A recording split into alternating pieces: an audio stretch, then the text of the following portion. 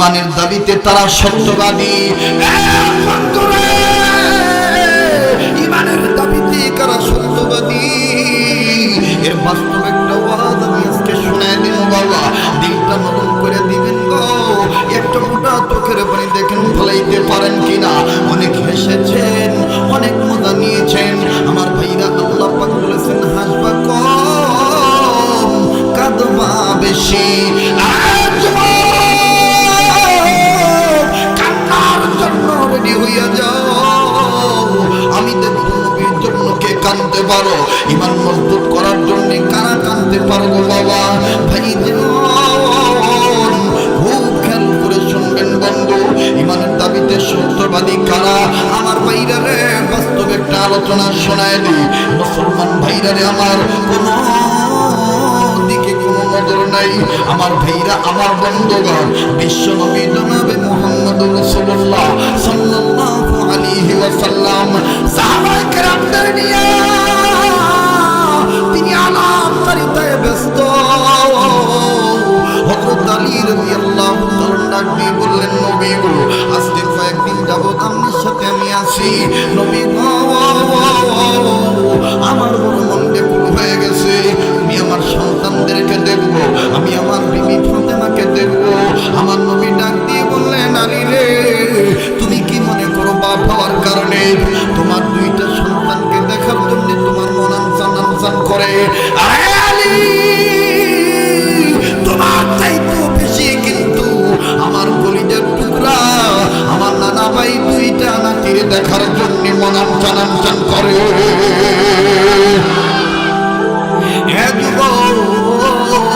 Please বন্ধু দিলটা নরম করে দিবা।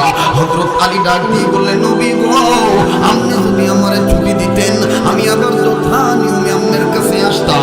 নবী আমার ডাক দিয়ে বললেন, আলী তোমার আমি দিয়ে দিলাম, তবে তুমি আসবা যেহেতু কয়েকদিন পরে। আলী বাড়ি গেলে কিন্তু আমার দুইটা নাতি জিগাইবো, আব্বা গো নানা দরবার থেকে আইলা, নানাই কি আঙ্গুলে গিয়ে কোনো হাদিয়া দেয় নাই, তখন কি বলবা? আল্লাহু আকবার। তখন কি বলবা? আজকে যারা আমাদেরকে বলে কওমি হুজুররা, ওহাবি হুজুররা নবীর ইশকের কথা জানে না, এরা ওয়াজ করতে জানে না, কে বলছে রে? খুব খেয়াল করে শুনবেন বন্ধু। এবার বিশ্ব নবী ডাক দিয়ে বলতেছেন, আলী রে তুমি একটু বাইরে দাঁড়াও, আমি তাঁবুর ভিতরে যাবো আর আসবো। এবার নবীজি আল্লাহ ডাক দিয়ে বললেন, আল্লাহ গো আমার দুইটা নাতের আমি হাদিয়া দিবার চাই। ও মাবুদ গো তুমি তোমার পক্ষ থেকে পাঠায় দাও। আল্লাহ পাক জিবরাইল মারফত নবীর কাছে পাঠায় দিলেন। আমার ভাইরা জান্নাত থেকে দুইটা খুরমা চলে আসলো, আর এক বর্ণনা আছে দুইটা খেজুর আসলো।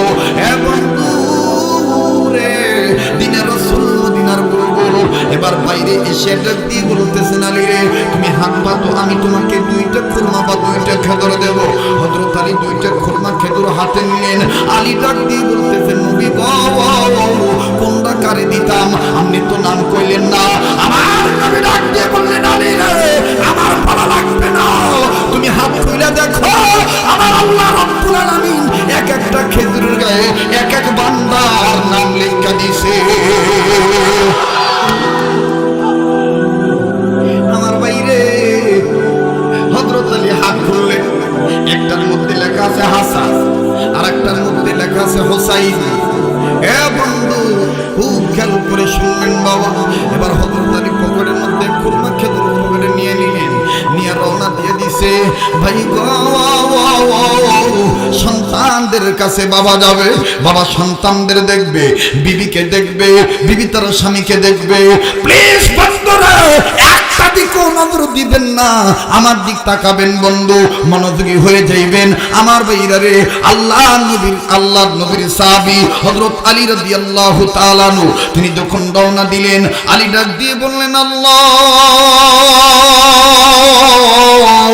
আমি যাইতেছি আমার সন্তানদেরকে দেখার জন্য পয়গম্বর কাছ থেকে ছুটি নিয়েছি আল্লাহ গো আমি তো যাইতেছি আমার সন্তানদেরকে দেখার জন্য প্রতিমধ্যে বাজান হযরত আলী নজর করে দেখতেছেন রাস্তার এক পাশে একজন ফকির বান্দা জীর্ণ শীর্ণ চেহারা লইয়া আমার বন্ধুগণ পেটটা নিচের দিকে দিয়া পিঠটা উপর দিক দিয়ে শুয়ে রইছে বন্ধুরা আলী রাদিয়াল্লাহু তাআলা আনহু ডাক দিয়ে বললেন আল্লাহ গো এই লোকটা জিন্দা না মুর্দা মাবুদ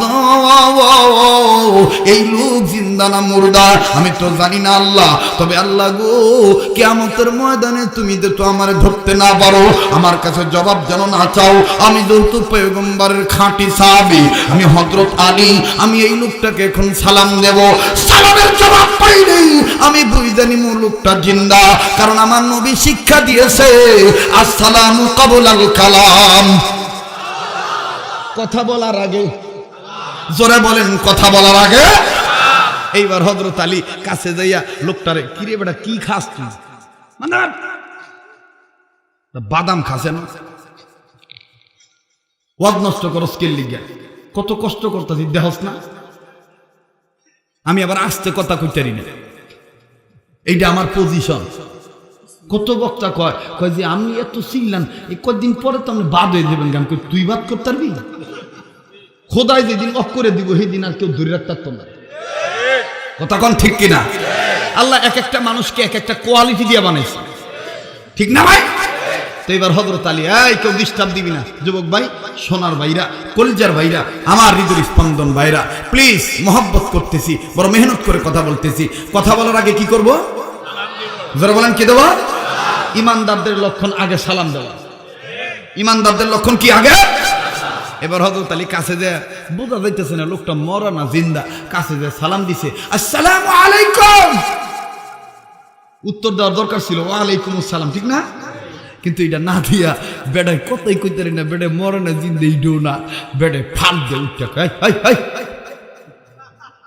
তুমি যে আমারে সালাম দিলা সালামের অর্থ বোঝো মেজাজটা গরম হওয়ার কথা না হযরত আলী কয় হ্যাঁ কই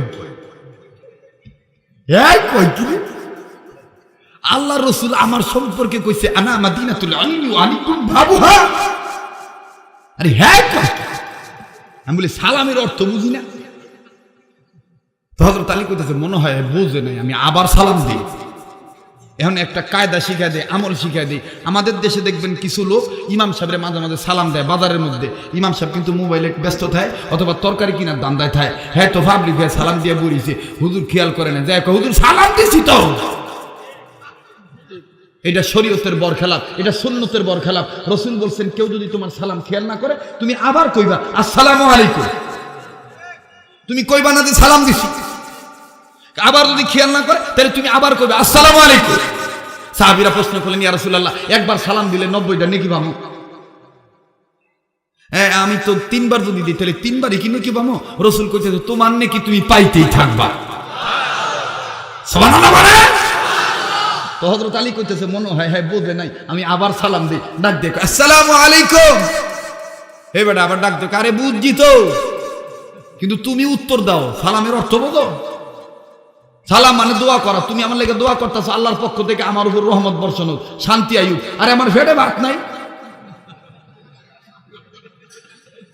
ফেটে কি নাই কোন কি নাই আলী তুমি যদি আমার খুশি করবারই যাও তাহলে আমার একটু খানার ব্যবস্থা করে দাও হযরত আলী ডাক দিয়ে কয় ফহিম দেখছি তোমার মতন তো দেখি নাই আইও আমার পিছে পিছাইও ওই যে আমার বাড়ি দেয়া যায় বাইক নিয়ে তোমার খাওয়ান দিব বেটা ডাক দিয়ে কয় তুমি কি মনে করছো আমি শোষা ফকির তোমার পিছে পিছে যে আমি খাইতাম তোমার যদি মন চায় তাহলে আমি তোমার বাড়িতে যাব শর্ত হইলো তোমার কান্দে উঠতে যাবো কি উঠতে যাইব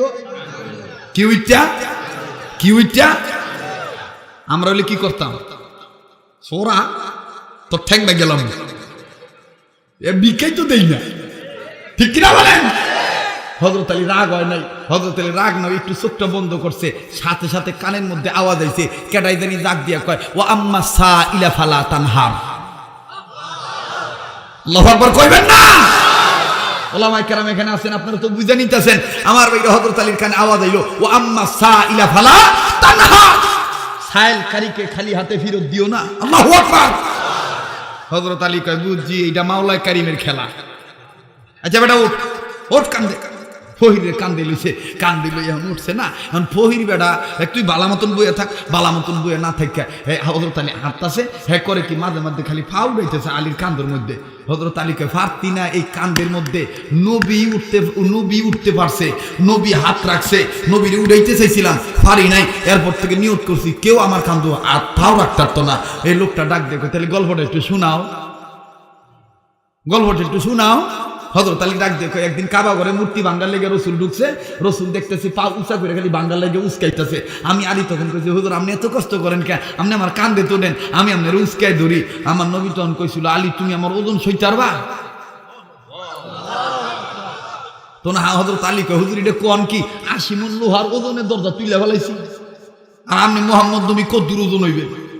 হ্যাঁ কয় ঠিক আছে তাহলে তুমি বও, আমি তোমার কান দৌড়ি। যখন বিশ্বনবী হযরত আলী বইছে, হযরত বিশ্বনবী কেবল 4টা আঙ্গুল ঘাড়ের মধ্যে রাখছে, মানে ওটার লাগে পজিশন রেডি করতেছে। হযরত আলীর চোখ বাইরে যাবো, এরম আর কি লাল হয়ে গেছে গা। হযরত আলী কুত্তা মুত্তা ডাক দেখা,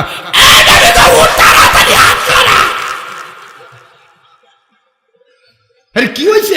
ডাক দেখা হুজুর মনে হইলো তামাম পৃথিবীর পাহাড় পর্বত আমার কান্দের উপর তুলে দিছেন। আল্লাহু আকবার। হে বেটা, এরপর থেকে তো আমি কাউরে আমার কান্দে নিতে চাই না, তুই আবার আমার কান্দে ভাও দিতে চাস করে, উঠবি না উঠবি না, বয়ে থাক। আমার ভাইরা বেড়াই গেছে, বেড়াই যায় সুন্দর করে যখন বইছে, আমার ভাইরা বাইরে সুন্দর করে জায়গা দিছে, জায়গা দিয়ে বিবি ফাতেমারে ডাক দিছে, আসসালামু আলাইকুম সালাম দিছে। আমার ভাইরা কন্যা ফাতিমাতুজ জোহরা স্বামীর কণ্ঠের আওয়াজ পাইয়া দরজা খুলবো কি পর্দা সরাইছে। ও হযরত আলী সালামটা দিয়ে পিছন দিকে মুখ করছে। হঠাৎ করে হযরত আলীর কানে আওয়াজ পাইতেছে, কেডা জানি পড়িয়া গেছে গা। মাটির মধ্যে কেউ পড়িয়া গেলে দাপ করে আওয়াজ হয় না? আওয়াজ হয় না? আমার ভাইরা হযরত আলী যখন আওয়াজ পাইলে, আওয়াজ পাওয়ার পর আলী রাদিয়াল্লাহু তাআলা আনহু বুঝলেন কে জানি পড়িয়া গেছে। ভাই গো, হযরত আলী দেখতেছেন না, কোনো জবাব নেই। এবার পর্দা সরাইলেন, পর্দা সরাইয়া নজর করে দেখে রে নবী দুলালী, নবীর মা ফাতেমা পইরে ডাকতে বলে, ফাতেমা রে কি হইছে তোমার, কে লেগে পইরা গেছ? হযরত আলী নজর করে দেখে মা ফাতেমার চোখের নিচে সুরমার মতন বড় বড় কালো কালো দাগ। আরে ফাতেমা কি হয়েছে তোমার? কোনো জবাব না। বন্ধুরে হযরত আলী ডাক দিয়ে বলতেছেন, আজান হোসেন কইরে তোমাদের মা পইরে গেছে, জলদি করে একটু পানি আনো। এবার পানি আনা হইল, এই পানি ফাতেমা রাদিয়াল্লাহু তাআলা আনহার চেহারার মধ্যে ছিটিয়ে দিল। মা ফাতেমার জ্ঞান ফিরাইল। নবীজির সাহাবী আলী ডাক দিয়ে বলে, বিবি কি লেগে তুমি পইরা গেলা? ফাতেমা ডাক দিয়ে বলেন, স্বামী গো, আজকে 3 দিন যাবত আমার বাড়ির চুলায় আগুন ধরে না, আমি না খায় থাকতে থাকতে দুর্বল হয়ে গেছি। স্বামী গো, আমার 2টা সন্তান দেখেন ঠান্ডা পানি পেটের মধ্যে ধরছে, কেউ আবার নানার মতন পাথর বান্ধা রাখছে। আমার ভাইরারি হযরত আলী ডাক দিয়ে বললেন, আয় আল্লাহ, আমি একটা মেহমান দাওয়াত দিয়ে নিয়ে আসলাম, আর এখন দেখতেছি আমার বাড়ির মধ্যে খানা নাই। মাবুদ গো, তুমি আমারে কোন পরীক্ষায় ভালাইলা? আল্লাহ গো, তুমি আমারে কোন পরীক্ষায় ভালাইলা? এই মার আলী রাদিয়াল্লাহু তাআলা আনহু মেহমানকে বাইরে বসে রেখা উত্তম রূপে ওযু বানাইলেন।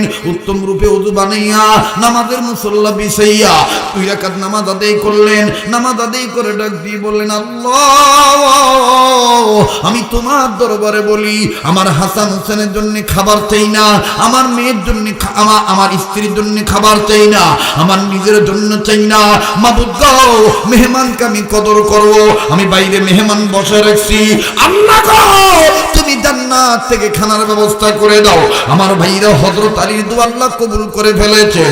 আল্লাহ পাক ডাক দিয়ে বলেন, জিব্রাইল রে, আমার আলীর হাতে খানা দিয়ে আসো।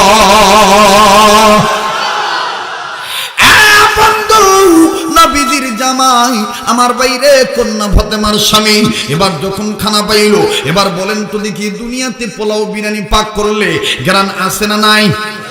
এ বন্ধু, জান্নাতি খাবারের গ্রান আছে না নাই? জান্নাতি খাবার যখন আলীর হাতে আসলো, আমার ভাইরে এই খাবারের গ্রান হাসান হোসেনের নাকে গেল। হাসান ডাক দিয়ে কয়, হোসেন রে,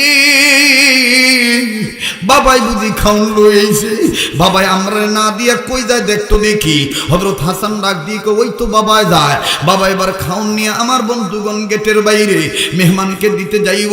হযরত হাসান ডাক দিয়ে বলতেছেন, হোসেন রে, বাবাই দি খাউন লইয়া যায়। হাসান হোসেন হাসানকে ডাক দিয়ে বললেন, ভাইজান তাইলে আপনি চান খাবার চান? হাসান কয়, না আমি পারবো না, বাবার মেজাজ ভালো না। হোসেন ডাক দিয়ে বলে, বুড়ো ভাই, আমি কিন্তু খাবার নিয়ে যাবো, আমি কিন্তু খাবার নিয়ে যাবো। মুসলমান ভাইদারে আমার খুব খেয়াল করে শুনবেন। এবার ইমাম হোসেন রাদিয়াল্লাহু তাআলা আনহু নবীর সাহাবী আমার ভাইরা আলীর সামনে যাইয়া দুই হাত এরকম করে উঁচু করে বলে, বাবা গো, মাই কইছিল তুমি আইলে খাওন দিবা। বাবা গো, আজ কয়দিন ধরে খাই না, নানারেও পাই না গো বাবা।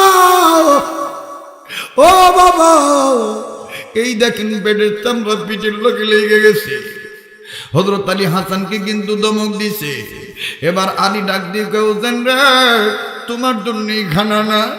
হযরত হুসাইন একটা জাপনি মাইরা বাবার দুইটা পা ধরে ধরে বলে, বাবা গো, আর পারি না ক্ষুধার যন্ত্রণা সহ্য করতে, আর পারি না ক্ষুধার যন্ত্রণা সহ্য করতে। বাবা গো, খাওন না দিলে পা ধরবো না।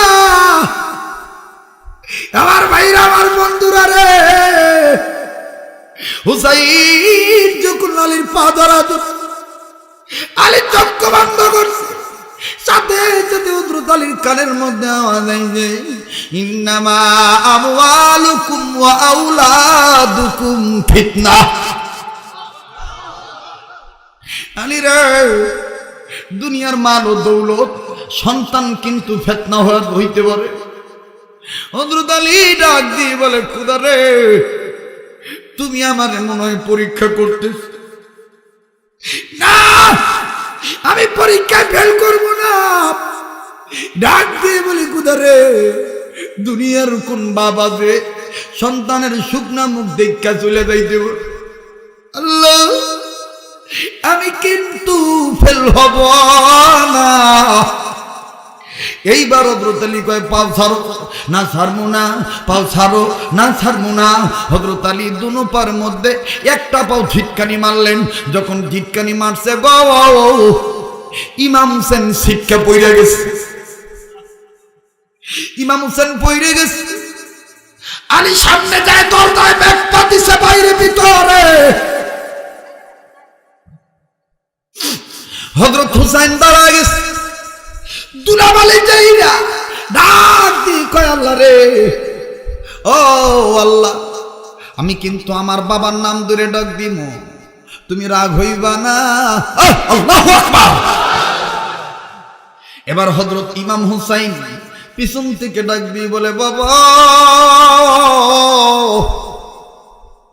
ও নবীর সাহাবী আলী, তুমি যে আমার লাত্তি মেরা ফালা দিলা, তুমি কি আমার চিনো আমি কে? আল্লাহু আকবার বলবেন না? তুমি কি আমার চিনো আমি কে? আমি কার কি লাগি? কেবল ভাইরা আমার, একটা লোক মাথা নাড়াইবা না, কোন দিকে নজর নাই। গভীর রাত হয়ে গেছে, আইকুনের দরজা বন্ধ হয়ে গেছে। আমার আল্লাহ রাব্বুল আলামিনের ক্ষমার কোটের দরজা কিন্তু খুইলা দিয়েছে। কে কান্দে বড়। এবার হযরত আলী ব্রেক করছে। হায় আমার পোলায় কয় কি, হোসেন ডাক দিয়ে কয় আব্বা